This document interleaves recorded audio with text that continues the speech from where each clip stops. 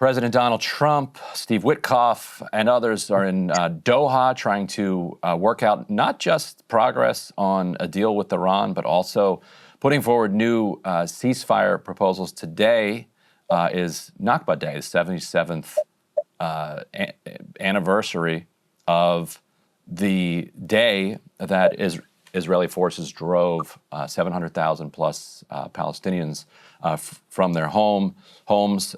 We are joined by my drop site colleague, Abu Bakr Abed, who joins us for the first time from Ireland. Abu Bakr, how is Ireland treating you? It's a very beautiful country, to be honest, and it's as all people know, it's a very pro-Palestinian one. So people here have a huge understanding and a sense of awareness of what is happening in Gaza and all across Palestine. Even they've got knowledge from the time before October the 7th. So they didn't start to know about Palestine since October the 7th, which is really inspiring and encouraging for me on a personal note and for every Palestinian. Simultaneously, here I think for me, things are new. This is the first time I'm outside Gaza. This is the first time I'm in the West. People, I can't really wrap my head around, the too much luxury that I'm seeing, the buildings and all that I have. But normally what I would say is that I need so much more time just to make sure that I can have one moment of joy, because the joy that I'm having is simply defunct. Yeah, Abu Bakr, you wrote a searing essay in Dropsite this week. If we can put up that on the screen, the headline was "The Unbearable Pain of Leaving Gaza." Really suggests that everybody go find that and read it if they get a moment. There was a poignant moment where you called Ireland Palestine in another part of the world. I'm curious, since you've gotten there, and you talked about the bankruptcy of the joy. Since have you been able to have a meal yet that you've been able to enjoy without the kind of sense of guilt and anguish that goes along with it? Unfortunately, no. I'm quite forced to eat. I don't have the appetite, but I'm forced to eat because I'm simply recuperating from malnutrition that I contracted while in Gaza. For me, I think there is no joy at all. I'm trying my very best to just enjoy something or rejoice at the beautiful buildings around me and the stretches, the extraordinarily gorgeous stretches of land, the trees, the plants, the flowers, the roses all around, the parks, everything around me. I'm trying my very best just to have a moment of joy. But Ryan, I've been there for 560 days. I was starved. I saw what is unbearable. I survived multiple Israeli airstrikes. I lost many of my members, my family members. It needs time. It needs a very, very long time until you can grab that moment of joy you're talking about, and that moment of happiness. That sense of guilt is still floating through me as I'm talking to you. I'm still thinking about my family, what they're eating, what they're having, and what their life is like. This is for me the first thing that I'm thinking about. So my mind is very much distracted, is solely distracted by other things. So to find joy and happiness is simply a very, very arduous journey, if not impossible.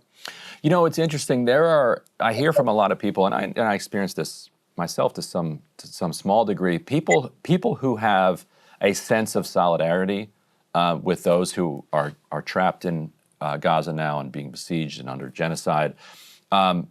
They have a version of that as well. Obviously, not the same as having lived through it and escaped. But I hear from a lot of people who watch the program who say that because there's that saying, if there's injustice anywhere, there's injustice everywhere.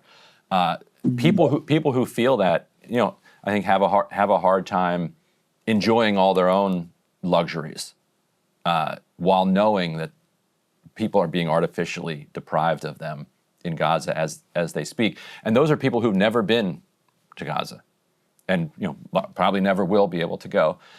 But just on a human level, they feel that. So I can imagine that it's ratcheted up kind of to an infinite degree. Thinking about your family still there, and thinking of your family. There's one part I wanted to read from your piece. This is a kind of a decisive moment where your mother said to you, "Look, quote, if you stay, you'll harm your family because they will bomb you with us, and your brothers will be hurt. You should leave." That must have been a Syrian clarifying thing to hear from your mother, because a reader of the show, a viewer of the show, reached out to me at one point and was like, "I love that you have Abu Bakr on to share his perspective so much." But she said, "I just feel like I'm watching a dead man, that they're coming for him, that at any moment." Was she? Like, just a viewer of the show, saying thank you for having him on, but I feel like they're That was like. Yeah, it was a public sentiment. Yeah, I know that. Yeah, I know that very well. Yesterday, when you look at the speed campaigns, the incitements, the countless incitements, and I was someone who was supporting the military resistance in Gaza, not Hamas, of course, because there is a huge difference between the two terms. I was always calling out or calling for the end of this colonial project, Israel. So I was someone very, very vocal in Palestine, very, very vocal on the crimes that Israel has been committing over the past 500 or almost now 600 days. So I never feel afraid of getting outside or speaking up that way, because either you die with courage and dignity, or you live like a robot who has no feelings at all. That's how I see life. And for me, dignity defines me, and Palestinians have defined dignity. They have defined what freedom means, because when you look at the word right now, the word is probably physically free, but when you look at their thinking and their mindsets, they are occupied by the corruption and the injustice of their governments. That is not happening in Gaza right now, because they're fighting against the most corrupt power in the world. So for me, people didn't want me to be killed, and a lot of people have been begging for me just to stay home and not do any kind of work, because I knew that I was going to be the next target, because in the last 3 weeks, there were claims by big media personalities in the Israeli media that I was a Hamas operative, and I received many calls from Israeli numbers. Israeli numbers. So I felt, and my mother felt, everyone who knew me had that kind of sentiment and sensation flowing through them, running through their veins, that Abu Bakr was going to be killed. So just listening to my mother while breaking down to tears, I didn't want to harm her, because I won't forgive myself if my mom gets hurt, or any of my family. And it's those kinds of calls and those types of public incitements that often precede an assassination. I'm sure you remember when they announced this ceasefire in January, but there were still I forget how long, but like a week of bombing that they were allowing Israel to do. I remember I reached out to you and I said, you got 1 week to make it to the end of this ceasefire. Maybe just go to ground, like get away from your phone, go hide somewhere. And I remember you told me no. I'm going to put my faith in God. It's going to be okay. So I know you're somebody who's not afraid for yourself. But when your family is involved, when your mother's involved, it's an impossible question. This is my weakness, to be honest. This is my weakness, my parents, particularly because they're sick and they're still sick in Gaza. They need proper medications. So that deep sense of guilt is haunting me all the time, is torturing me all the time. And because I have my appropriate medications right now, and I'm recovering very well, while my mom, who has problems with her thyroid, and my dad, whose feet are cracked, they don't have access to this sort of medications. This is apart from the fact that they are being starved deliberately and live on air, but there is no action at all. So how can you ask me, or anyone can ask me, to enjoy anything or to look with with an eye probably that wants to rejoice and relish these moments. It's impossible. It's just unfeasible and very tormenting. I also wanted to ask you about the news today that's coming out of the region, where you have the Trump administration now floating this kind of 70 to 90 day ceasefire that would involve the release of 10 Israeli captives, and it would then pave the way for further negotiations for a permanent ceasefire. According to some Israeli reports, Hamas has sent, quote, positive signals about this deal. And there's also some reporting that the thing that Hamas got for exchanging Idan Alexander was a private commitment on behalf of the Trump administration to push Israel on a ceasefire, that they would finally use their leverage to actually push them to do something. So they didn't get anything concrete in exchange for Idan Alexander, the American-Israeli IDF soldier, but they got that. Okay, we will push Israel. Netanyahu still drawing a line.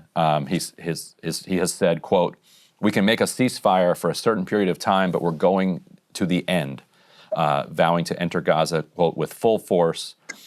He added, quote, "If Hamas released more hostages, we'll take them, and then we'll go in. But there will be no way we will stop the war." So Netanyahu publicly showing no diminution of his belligerence. But are you getting the sense that there's any optimism that the Trump administration is going to actually apply pressure here, and that Netanyahu's resistance can be overcome? Well, I have to be honest with you, because as I told you from the start, from day one of this genocide, I have faith and belief in only God and Allah. That's my only belief. But in terms of the political context, I think, when you look at it, I don't think Trump is interested to do so, but probably just to serve his own interests, because he's been around in the Middle East, so he wants to polish his image, and that's what he is known for, actually, really. So I think probably there's a high possibility that Trump will push Netanyahu government to stop the ongoing genocide, but there is also a high possibility that Netanyahu will get back to the war, or to the genocide, as he stated. I think for me, Netanyahu is just staying at war just to serve his own political interests and to stay in office for as long as he can, because he knows once the war is officially over and that he can't go back to it, he will be fired from his position. So for his political status, this serves him. That's why he continues this war. I read the Israeli media recently, I think in the Haaretz, that most of Israeli soldiers want this war to end. And on the other side, as I was, reporting live from the captive release, the Israeli captives releases in Gaza, the exchange deals, I remember one of those situations, which was really funny, to be honest, but at the same time very honest, from one of the fighters who were surrounding us. One child told them that we will see you next time in fight in Sutra, and they said no, we don't want any fights anymore. We're totally worn out. So you can imagine the context here, that both sides are very exhausted and they don't want the war. And from the Hamas side, they have stated that from the start, even after 1 week or 2 weeks, that they didn't want to go into this war, but they wanted to defend their land, because the goal and the objective, I'm not here talking about Hamas, or in behalf of Hamas, but from the start, the objective of this attack was to stop the normalization between Saudi Arabia and the rest of the Arab countries with Israel, and to stop the suppression and the subjugation, as well as the suffocation that has been unleashed on the Gazan population for the past 17 years. And we talked about that in previous times, Ryan, that those days or those years before the genocide, they were not good years. There was just a better degree of hell. Mm-hmm. But now we are at the lowest degrees of hell. So that's how things have shifted. But people quite lack some sort of understanding when it comes to this particular context. And Israel and the United States want to play this game under the pretext of eliminating Hamas. Look, Ryan, there is one thing important. Maybe I'm now able to talk about it since I'm not in Gaza, but I can tell you, okay, I've never had any connection with any of the Hamas members, but I've been living under their control, under their rules, under their ruling in their governments, okay? Their government. Everyone in Gaza knows that Hamas is simply undefeatable, is simply unbreakable. We know that because it's an ideology. It's not an army. It's not a movement. It's not just like a few hundreds of people who are, or thousands of people who are fighting a war. Those people are fighting because they have belief in their own ideology, regardless of what Hamas is and what the other political movements are. So whenever Israel has killed many of the Hamas fighters, I understand that. But then Hamas has recruited it as strongly as before, and even more strongly as before. And this is something Secretary Blinken talked about when he before he left the office. So regardless, no matter, respective of the numbers that you are killing from Hamas, they will recruit strongly and more strongly than before. It's an ideology that can't be defeated. It's been 19 months, almost 20 months.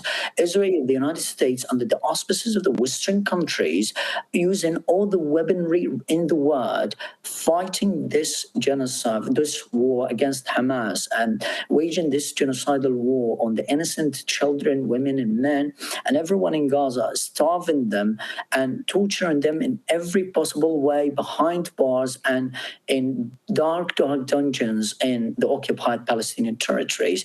What have Israel achieved and the whole complicit world? They haven't even been able to get one Israeli captive back, except probably 4, and those 4 in return, 210 Palestinians were killed, numerous were committed. So when you think about it, we know that you can't defeat Hamas. And I can tell you from here, if this war, and this is something I don't hope at all, stays forever to the end of this world, Israel will announce its surrender, but Hamas will not. Hamas is an ideology that can't be broken at all. I'm not defending Hamas, but I know what Hamas is thinking. And there are many people who have talked about Hamas before, and they have proved this point. And what can you do? And this is not all about Hamas. It's about the people. It's not all about Hamas. The people are indigenous to their land. The people are the rightful owners of this land. They love it. Their blood. For someone whose whole family has been killed right in Gaza, would you really want him to leave? He will never leave his land. So for someone who has their home, their properties, and everything in Gaza, his heart isn't there. He will not leave. If I were not forced to leave, I wouldn't have left at all. I would just I would have stayed with my family. But this is the terrorism that Israel is creating in Gaza. And all of those people who were forced to leave, they left out of complete necessity. It wasn't within their hands.